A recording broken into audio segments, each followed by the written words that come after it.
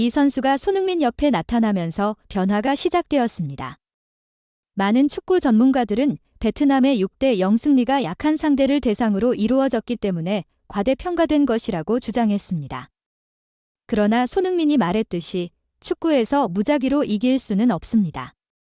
그들은 이 경기가 매우 중요하고 세계 최고의 팀들과 경쟁하기 위한 대한민국 축구의 발판을 만들어줄 것이라고 주장했습니다. 수십 년 동안 대한민국 축구가 가진 만성적인 문제가 이 베트남과의 경기 그리고 이 선수의 출연으로 완전히 해결되었다고 그들은 주장합니다.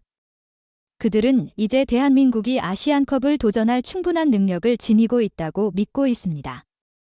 일부 전문가들은 심지어 손흥민의 역할과 이 선수의 출연, 그리고 대한민국 축구가 강력하게 성장하게 만든 세 가지 변화에 주목하고 있습니다.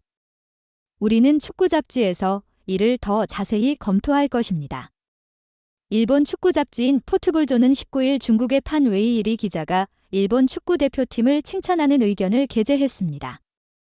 대한민국은 여전히 저하와 상승을 겪고 있지만 일본이 지난 6개월 동안 보여준 모습은 정말 놀랍습니다. 그들은 유럽, 남미, 북미, 중미, 아프리카 팀을 넘어서 24골과 50점으로 우세했습니다. 중국의 웹사이트 소호.com도 사무라이 블루의 강력한 공격력을 칭찬하며 일본이 현재 자신감을 가지고 경기를 하고 월드컵 최강팀 4개 대표로 참가할 능력을 지니고 있다고 주장했습니다. 중국 언론의 칭찬을 받은 일본의 언론과 축구 팬들은 매우 기뻐했습니다. 그들은 또한 대한민국이 베트남에 6대0으로 이겼다는 사실을 비웃었습니다. 일부 축구 전문가들은 이 뉴스를 듣고 중국이 대한민국과 일본을 평가하는 데에 충분한 자격이 없다고 주장했습니다. 그들은 중국이 아시안 게임에서 대한민국에게 패배한 이후 대한민국을 얕보고 일본에 대한 칭찬을 하고 있다고 주장했습니다. 그들은 계속해서 독일 앞에서 일본의 4대1 결과가 있지만 전체 경기를 본다면 실제로는 일본이 우위를 강제로 이끌었던 것이 아니라고 강조했습니다. 그들은 또한 일본의 첫 골은 독일 수비수 루디거의 발에 공이 닿아 방향이 바뀌었고 두 번째 골은 공이 일본 선수에게 닿아 방향이 바뀌었다는 점을 강조하면서 두 골 모두 운이 좋았다고 강조했습니다. 경기를 좀 더 쉽게 통제하게 도와준 이런 운 좋은 골들을 인정했지만 그들은 일본이 2대1로 앞서 있는 것이 독일보다 훨씬 나은 것이라고 주장하지 않았습니다. 그들은 세 번째 골은 독일 수비가 실수하고 쿠보가 이를 활용한 것이고 네 번째 골은 쿠보의 크로스로 일본 선수가 맞춘 골이라고 지적했습니다. 이 독일 수비가 못 맞춘 상황에서 일본 선수의 머리로 골이 나왔습니다. 그들은 2대1로 앞선 뒤 일본이 방어와 반격에 나섰고 당황한 독일이 라인을 높였고 반격에 이르러 3대1로 실패하고 포기한 것이라고 결론지었습니다. 어쨌든 일본의 선전과 달리 카타르 월드컵 후에 대한민국은 클린스만에서 벤투로 감독을 바꾸고 오랫동안 승리를 거두지 못해 많은 팬들이 아시안컵 조별 경기에서 강등될 것을 우려하고 있습니다. 그러나 이번 11월에 튀니지와의 친선 경기에서 손흥민이 출전하지 않았지만 대한민국이 4대0으로 승리를 거뒀습니다. 베트남과의 경기에서 손흥민이 중앙 공격수 위치를 맡았고 대한민국은 6대0으로 크게 이겼습니다.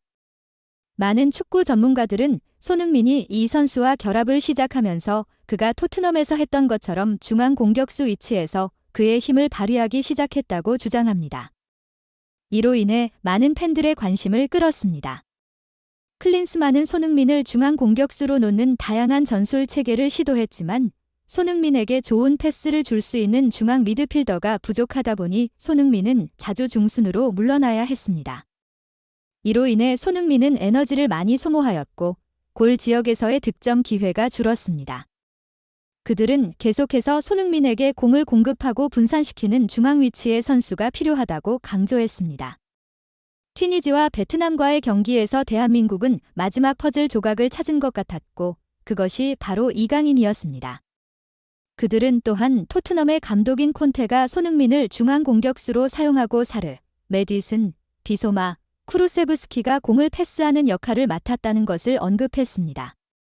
대한민국은 이 역할을 이강인에게 맡겼고 그로 인해 공이 그와 연결되었고 그는 압박을 이기는 기술을 사용하여 공을 빠르게 페널티 지역으로 보냈습니다. 그들은 또한 카타르 월드컵 후에 튀니지와 베트남과의 경기에서 처음으로 이강인이 선발로 나서서 이 역할을 맡았다고 말했습니다. 웨일스와 사우디아라비아와의 경기에서는 부상으로 인해 참가하지 못했습니다. 클린스만이 임명된 이후 6월의 친선 경기에서 이강인은 교체 선수로 출전하였고 최선을 다한 효과를 낸 것은 아니었습니다. 이로 인해 손흥민을 중앙 공격수로 배치했을 때 그의 능력을 최대로 활용하는 것에 실패했습니다. 그들은 또한 대한민국이 이강인을 오른쪽에 배치하고 그가 공을 리드하도록 의도적으로 제안했다고 지적했습니다. 이 방법으로 다른 팀은 이강인이 오른쪽에서 공을 다루는 것을 방해하기 위해 오른쪽에 수비를 집중할 것이고 이강인은 이 압박을 극복하고 빠르게 중심과 왼쪽에 비어있는 지역으로 패스를 연결할 수 있는 기회를 만들 것입니다. 그들은 공을 상대팀의 16m 50영역으로 이전보다 쉽고 자주 움직였으며 이강인이 세계 최고의 두 공격수인 손흥민과 황희찬과 패스를 연결함으로써 대한민국 공격력이 최대치를 발휘할 수 있게 도왔습니다.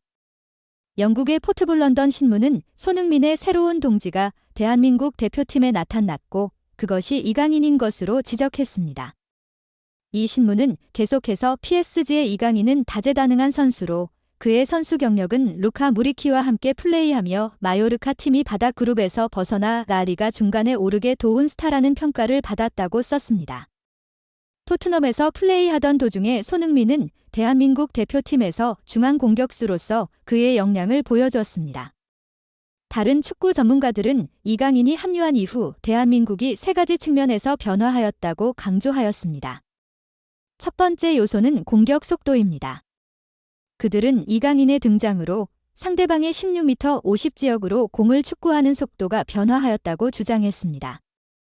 전문가들은 또한 두 번째 요소들은 필드의 한쪽에서 다른 쪽으로 공을 패스하는 오른쪽 속도입니다.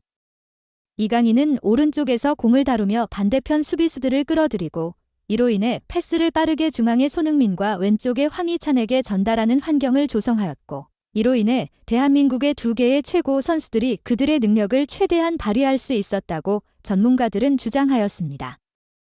그들은 또한 세 번째 그리고 마지막 요소는 이강인과 같은 동지가 등장하여 이제 손흥민이 페널티 에리어 근처에서 더 오래 머무를 수 있다는 것입니다.